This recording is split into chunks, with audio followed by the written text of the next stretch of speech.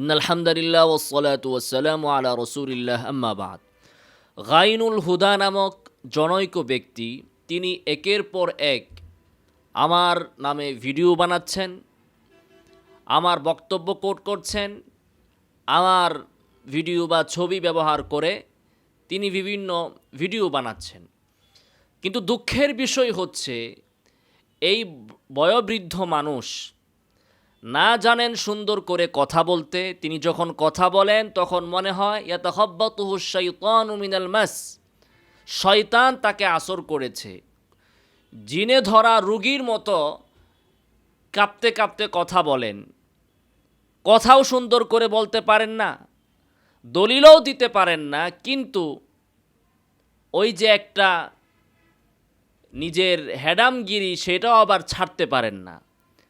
নিজের শ্রোতা, নিজের ভক্তদের মধ্যে তো নিজের অবস্থানকে ধরে রাখতে হবে, সেজন্য বারবার ভিডিওতে আসতেছেন, কিন্তু ভিডিওতে এসে কিছু তো বলতে পারতেছেন না। এই পর্যন্ত আমার বক্তব্য কি উনি খণ্ডন করতে পেরেছেন? পারেন নাই।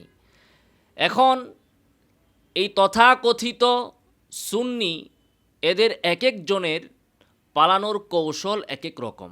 অথবা আপনি জিনিসটাকে এভাবেও বিবেচনা করতে পারেন, তাদের এক এক দরবার থেকে বাহাস থেকে পালানোর বা দলিল থেকে, কোরআন সুন্নাহ থেকে ভাগার এক এক ধরনের প্রশিক্ষণ দেওয়া হয়। তো এই আইনুল হুদা যে পদ্ধতিটা অ্যাপ্লাই করেছেন, তিনি প্রথম দিনেই যে রাসূল সাল্লাল্লাহু আলাইহি ওয়াসাল্লাম তিনি মানব হওয়ার দিক থেকে মক্কার কাফেরদের মতো কিনা, আবু জাহালের মতো কিনা, মানুষ জিনসিয়াতের দিক থেকে রাসূল সাল্লাল্লাহু আলাইহি ওয়াসাল্লাম আর আবু জাহেলের মধ্যে বা অন্য কাফেরদের মধ্যে কোনো পার্থক্য আছে কিনা, এমন কিনা যে রাসূল সাল্লাল্লাহু আলাইহি ওয়াসাল্লাম এক জিনিসের তৈরি, আবু জাহেল মক্কার কাফের আরেক জিনিসের তৈরি। আমার এই বক্তব্য নিয়ে সে প্রথম ভিডিও বানালো। তো ওই ভিডিওতে তিনি প্রথমেই যে কৌশলটা করলেন, উনি ওই ভিডিওতে এসে কোনো দলিল টলিল কিচ্ছু দিতে পারলেন না। একটা হাদিস বললেন, যে হাদিসটা অবশ্যই আমরা মানি এবং সেটাও আমাদের পক্ষের ওই হাদিস, বললেন আমি যদি মুখ বন্ধ না করি বা আমাকে যদি কেউ না থামায়, তাহলে তিনি সামনে থেকে ধারাবাহিকভাবে মিসলে আবু জেহালদের ব্যাপারে ভিডিও দিতে থাকবেন। এই কথা বলে তিনি আমার এই বক্তব্যটার ব্যাপারে ভিডিও করার পরে তিনি একের পর এক ভিডিও বানাচ্ছেন, সেখানে আমার ছবিও দিচ্ছেন, সেখানে আমার বক্তব্য তিনি আনতেছেন, মিসলে আবু জেহেল এটাও তিনি আনতেছেন। কিন্তু বক্তব্য দিচ্ছেন কাদের ব্যাপারে? 200-300 বছর আগে যারা মৃত্যুবরণ করেছেন তাদের খণ্ডিত বক্তব্য নিয়ে, ওই তাদের পূর্বপুরুষরা যেমনিভাবে মাঠ গরম করার চেষ্টা করেছিল, যেমনিভাবে আলা হজরত নামের এক শয়তান, আকবরুশ শায়াতিন, এই ভারতীয় উপমহাদেশে দেওবন্দি ওলামায়ে কেরামের বক্তব্যকে কাটছাঁট করে হারামাইনে যাদেরকে তারা বলে ওয়াহাবি এবং আমাদেরকে বলে তাদের চেলা, এই আমাদের বিষয়ে কাফের ফতোয়া আনার জন্য এরা গিয়া পড়ছে হইল হারামাইনের ইমামদের কাছে। এরা হারামাইন মানে না, এরা হজ উমরা করতে গেলে কাবা আল মুশাররফায় নামাজ পড়ে না, মসজিদুল হারামে নামাজ পড়ে না, এরা নামাজ আদায় করে হচ্ছে এদের হোটেলের ভেতরে, যে বলে মক্কার ইমামদের পেছনে নামাজ হবে না, মদিনার ইমামদের পেছনে নামাজ হবে না। কিন্তু কাফের ফতোয়া আনার জন্য গেল কোথায়? ওদের কাছে। যে থানবী রহমতুল্লাহ আলাই, কাসেম নানতবী রহমতুল্লাহ আলাই, রশিদ আহমদ গাঙ্গুহি রহমতুল্লাহ আলাই তাদের বক্তব্যকে খণ্ডন করে, বিকৃত করে ওই মক্কা মদিনা হারামাইনা শরীফাইনের ইমামদের কাছে গেল ফতোয়া আনার জন্য। তো তারা তো আর উর্দু জানেন না, ওই শয়তানের বক্তব্য শুনে বলে দিলেন যে এরকমটা হইলে এরা কাফের হয়ে গিয়েছে। কিন্তু পরবর্তীতে হকপন্থী দেওবন্দি ওলামায়ে কেরাম সেখানে যেয়ে তাদের সাথে কথা বললেন, বুঝালেন আমরা কি বলেছি আর সে কি করছে। তখন তারা তাদের ফতোয়ার জন্য অনুতপ্ত হলেন এবং তারা দেওবন্দি ওলামায়ে কেরামের হক্কানিয়তের পক্ষে বলিষ্ঠ ভাষায় তারা ফতোয়া প্রদান করলেন। তো ওই সকল পুরাণ পেচাল পুরান ধোঁকাবাজি, পুরান তেলিসমতি এই গাইনুল হুদা সাহেব আবার নিয়ে বসেছেন। ওই পুরান তেলিসমতি, পুরান জাদু দেখানোর জন্য তিনি আবার বসেছেন। কিন্তু ওনার জানা উচিত আজ থেকে 200 বছর আগের পৃথিবী আর বর্তমান ডিজিটাল যুগ কিন্তু এক না। এখন আর ওই যুগ নাই, কানাকে হাইকোর্ট দেখানোর যুগ কিন্তু এখন নাই। তো বেচারা আমার ভিডিও, আমার ছবি, আমার বক্তব্যকে ভিত্তি করে গালিগালাজ করতেছে পূর্ববর্তী আকাবেরদেরকে নিয়ে। তাহলে আমার ভিডিও কেন আনতেছেন? আমার ভিডিও খণ্ডন করার হিম্মতে আপনার নাই, আপনি আবার ধরছেন যে আমাদের আকাবিরদেরকে। আর সেম কাহিনী যেমনিভাবে বর্তমান যুগের বেদাতিরা আমার বক্তব্যকে কাটছাট করে, বিকৃত করে, উদ্দেশ্য প্রণোদিতভাবে খণ্ডিত আকারে প্রচার করে আমাকে কাফের, সাফের, বাহের কত কিছু বলা শুরু করছে।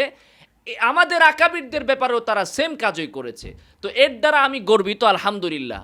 আলহামদুলিল্লাহ, যে গালি ইসলামের পথে চলার কারণে যেভাবে গালি খেয়েছেন মুহাম্মদুর রাসূলুল্লাহ সাল্লাল্লাহু আলাইহি সাল্লাম, সাহাবায়ে কেরাম এবং আকাবিরে উম্মাহ, উলামায়ে উম্মাহ, আমরা ওইভাবেই গালি খাচ্ছি, সেজন্য আমরা গর্বিত। এই হচ্ছে এক কথা।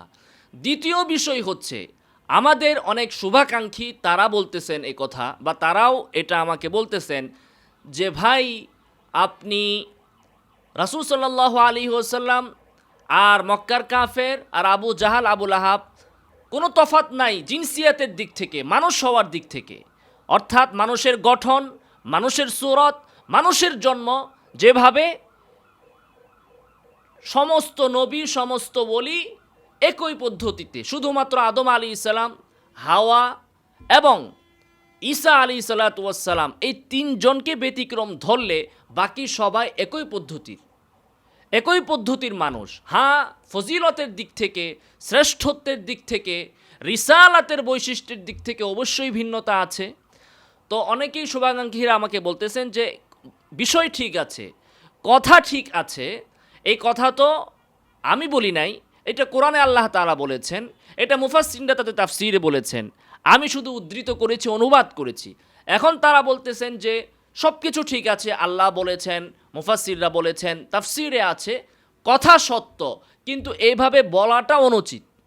মানে এভাবে বলা যে মুহাম্মদ সাল্লাল্লাহু আলাইহি সাল্লাম আবু জাহেলের মতো, এইটা এভাবে না বলাটা উত্তম। তারা যুক্তি দেখাচ্ছেন যে দেখুন যে আল্লাহ সুবহানাহু ওয়া তাআলা জিবরিলেরও স্রষ্টা, আবার খিনজিরেরও স্রষ্টা, কালবেরও স্রষ্টা। কুকুর শুকুরকেও আল্লাহ সৃষ্টি করেছেন, জিবরিলকেও আল্লাহ সৃষ্টি করেছেন। এখন কেউ যদি সারাদিন জিকির করে, হে কুকুরের রব, হে শুকুরের রব, আমারে মাফ করে দেন, তাহলে এটা আল্লাহর এহানত হবে।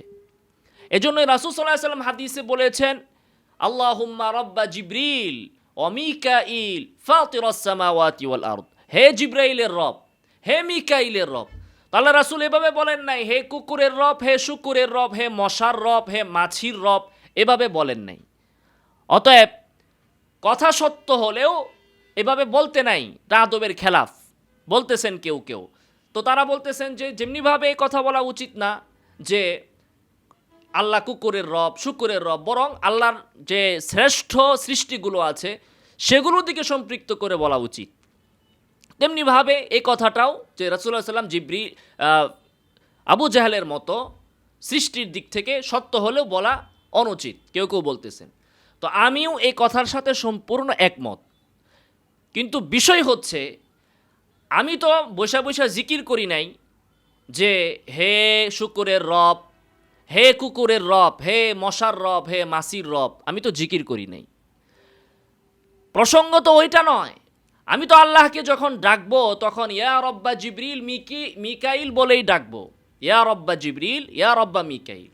কিন্তু কোনো ব্যক্তি যদি কথা বলে যে যেহেতু কুকুর নিকৃষ্ট পানি, শুকুর নাপাক, মশা ক্ষুদ্র পানি, মাছি ক্ষুদ্র পানি, অতএব এগুলোর স্রষ্টা আল্লাহ না, নাউজুবিল্লাহি মিন যালিক, পৃথিবীর সব কিছুর স্রষ্টা আল্লাহ, কিন্তু কুকুর শুকুর মশা মাছি এগুলোর স্রষ্টা আল্লাহ নন, এই কথা যদি কেউ বলে তার জবাবে আপনি কি বলবেন?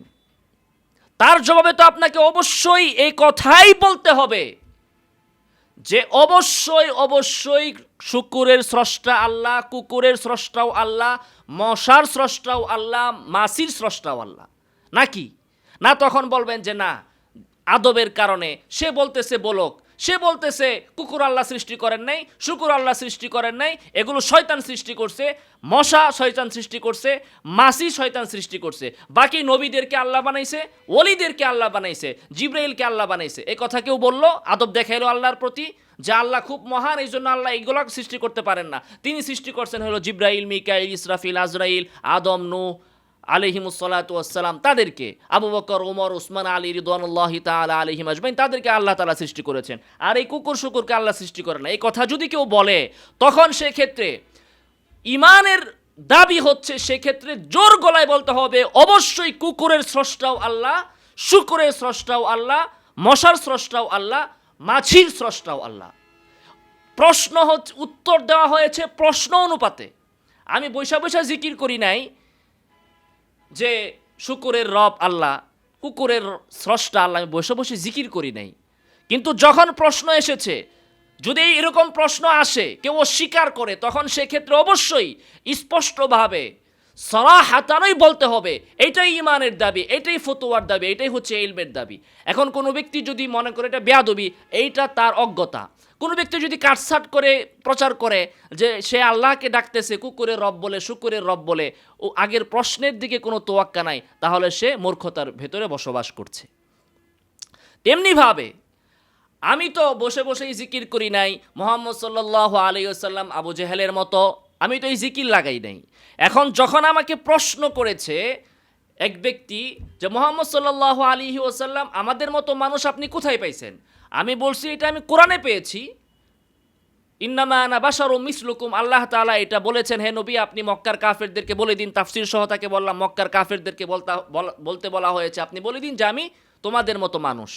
তখন সে বলতেছে যে না না, আল্লাহর কথা মানা যাবে না। কেন?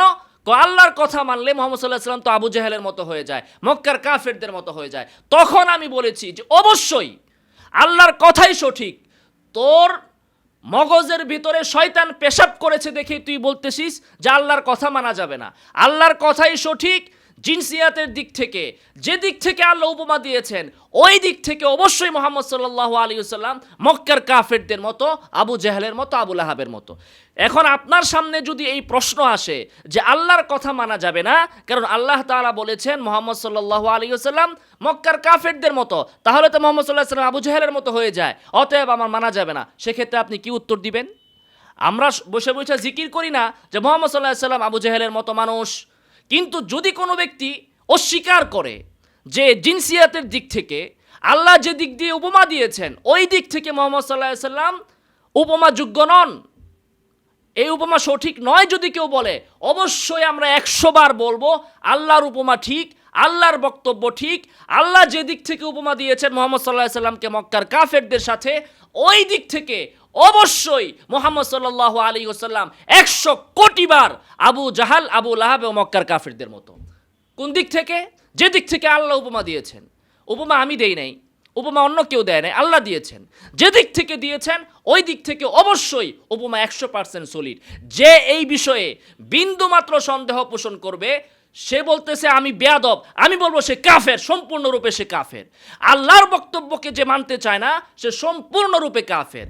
তোমার মগজে, তোমার গান্দা মগজে, তোমার বেদাতি মগজে, তোমার বেদাতি মস্তিষ্কে আল্লাহর কথা বুঝে আসুক আর না আসুক, আদব মনে হোক আর বেয়াদবি মনে হোক, আল্লাহর কথা অবশ্যই সঠিক। হ্যাঁ, পাশাপাশি আমরা এই কথা অবশ্যই বলি ইউহা ইলাইয়া, মানুষ হওয়ার দিক থেকে তিনি মত, কিন্তু ফজিলতের দিক থেকে তিনি সম্পূর্ণই ভিন্ন। ইউহা ইলাইয়া, তার উপর ওহী এসেছে, ফজিলতের দিক থেকে তিনি অবশ্যই ভিন্ন। তিনি সাইয়্যিদু ওয়ালদি আদম, সর্বশ্রেষ্ঠ মানব। কাজেই এদের কাছে না আছে ইতিদাল, না আছে ভারসাম্যতা, না আছে কোরআনের আয়াত বোঝার সক্ষমতা।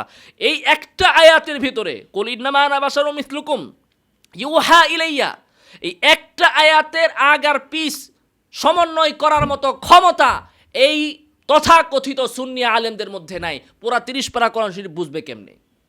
আমরা উভয় আয়াত, উভয় অংশ, একই আয়াত, এক আয়াতের উভয় অংশ আমরা মানি, উভয় অংশ আমরা সমন্বয় করি। মানুষ হওয়ার দিক থেকে, মানুষ হওয়ার দিক থেকে তিনি মক্কার কাফেরদের মতো। মক্কার কাফেরদের মতো এর ব্যাখ্যা কি? পৃথিবীর সকল মানুষের মতো। মক্কার কাফের আর বাংলাদেশের কাফের আর নবী আর ওলি মানুষ হওয়ার দিক থেকে, মানুষের গঠনগত দিক থেকে কারো মধ্যে কোনো পার্থক্য নাই। কারণ এটা তো আপনার সেন্সও বলবে, পৃথিবীতে একজন মানুষ যখন জন্মগ্রহণ করেছে, আবু জেহেল জন্মগ্রহণ করেছে, সে মানুষ হয়ে জন্মগ্রহণ করেছে, কাফের সে পরে হয়েছে। কুল্লু মাউলুদিন ইউলাদু আলাল ফিতরা ফাবাওয়াহু ইউহাউইদানিহি আও ইউনাসসিরানিহি আও ইউমাজ্জিসানিহি। প্রত্যেকটা মানুষ মুমিন হয়ে জন্মগ্রহণ করে, এরপরে তার পরিবেশ, তার পিতা মাতা তাকে কাফের বানায়। তো আবু জেহেল তো পৃথিবীতে আবু জেহেল হয়ে আসে নাই, সে তো মুমিন হয়ে আসছিল। যখন সে পৃথিবীতে আসছে তখনই তো সে মানুষ। তো মানুষ হওয়ার দিক থেকে তো সবাই সমান, কাফের তো সে পরে হয়েছে। তাহলে কাফের হওয়া এইটা তো মানুষের গঠনগত বিষয় নয়। মানুষের রক্ত মাংস তো কাফের আর মুশরিক দিয়ে গঠিত হয় নাই, মুসলিম আর মুমিন দিয়ে তো রক্ত মাংস গঠিত হয় নাই। মানুষের দেহ, রক্ত, মাংস, এদিক থেকে পৃথিবীর সকল মানুষ সমান। পার্থক্য হবে তার ইমানের, তার রিসালাতের, তার উইলায়েতের, এগুলোর কারণে তাদের ফজিলতের মধ্যে পার্থক্য হবে। তো যে জায়গায় পার্থক্য, অবশ্যই আমরা সেই জায়গায় পার্থক্য করি। আর যেই জায়গায় এক, যে জায়গায় আল্লাহ তাআলা এক রেখেছেন, ইয়া আইয়ুহান নাসু তাকু রাব্বাকুম আল্লাযী খালাকাকুম মিন নাফসিন ওয়াহিদা, যে জায়গায় আল্লাহ তাআলা এক রেখেছেন, ওই জায়গায় যারা দুই করতে চায়, যারা এক মানতে চায় না, নিঃসন্দেহে এরা কাফের, এরা অবশ্যই কাফের, এরা মুশরিক, এরা ভ্রান্ত, এরা কোরআন অস্বীকারী, এরা কোরআন কেউ মানে না, এরা হাদিস কেউ মানে না, নবীর শরীয়ত কেউ মানে না, ইসলামী শরীয়ত কেউ মানে না, সাহাবায়ে কেরামের ব্যাখ্যা কেউ মানে না, মুফাসসিরদের তাফসীর কেউ মানে না। এরা শুধু মানে এদের বাপ দাদার কিছু তুতা পাখির মতো শিখিয়ে দেওয়া ভুলি, ওই ঠাকুরমার ঝুলি, সেগুলোর উপর আমরা থুতু নিক্ষেপ করি, ওগুলোর দিকে আমরা ভ্রুক্ষেপ করি না। এখন আমাদের আকাবিররা এরকম ইন্নাল্লাহা আলা কুল্লি শাইইন কাদির, আল্লাহ তাআলা সব কিছু করতে সক্ষম, সেই ব্যাখ্যায় কোনো প্রশ্নের উত্তরে তারা একটা জবাব দিয়েছেন, সেটাকে বিকৃত করে ওই শত শত বছরকে বছর আগের ওই সমস্ত কথা নিয়ে আইনুল হুদা নাচানাচি করতেছে। আরে আইনুল হুদা, আকাবিরদের দিকে যেতে হবে না। আমার বক্তব্যের জবাব যদি তোমার কাছে থাকে, দলিল যদি থাকে, দিয়ে তুমি জাতিকে দেখাও। বয়স তো হয়েছে, মানুষকে বিভ্রান্ত করার অভ্যাস এখনো আপনার যায় নাই। তওবা করেন, ইস্তেগফার করেন। জবাব দিতে পারেন না, কোন লজ্জায় বারবার আবার আমার বক্তব্যকে বিকৃত করে ভিডিওতে আসেন? শরম লজ্জা থাকলে তো এগুলো করার কথা না।